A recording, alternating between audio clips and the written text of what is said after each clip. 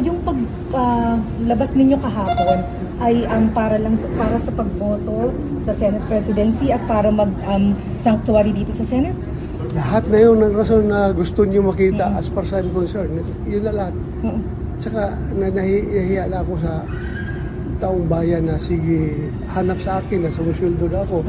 Kahit na hindi ko kiniklaim yung sweldo ko dyan sa baba, kahit hindi ko kiniklaim, I have to show up. Lalo na itong crucial na moments na ito. So sir, ibig sabihin since November, never kayo nag-claim ng pay? Or... Meron atang ilang buwan na na-claim ko, na-claim ng staff ko, pero hindi ko kinuha. Paano ko makuha na wala man ako dito? Nandun lang sa staff ko. Pero yung mga latest month na hindi na claim.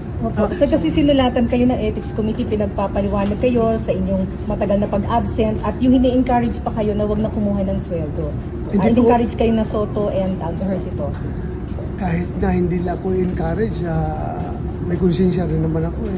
Mahiya naman ako sa taong bayan na sige, sabi ko nga, kung may na-claim na kayo dyan na sweldo, hindi ko naman yung kina-claim dahil nandoon man ako sa Mindanao, di ba? Opo.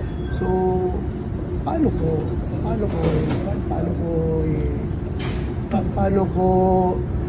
kukunin?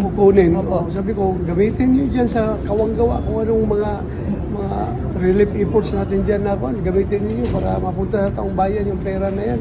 Opo. Sir, saan kayo nagtago? Pwede bang malaman? Anywhere in the Philippines. Pero at least in general description, sir, I mean, in Davao, kung saan lugar? Sa Mindanao ba, sir? Madamuhan? Anong description lang, sir? Pangkiliti lang sa amin. Luzon, Visayas, Mindanao. So, Basta I didn't leave the Philippine jurisdiction. Mahal kong Pilipinas. So, I will live and die in this country.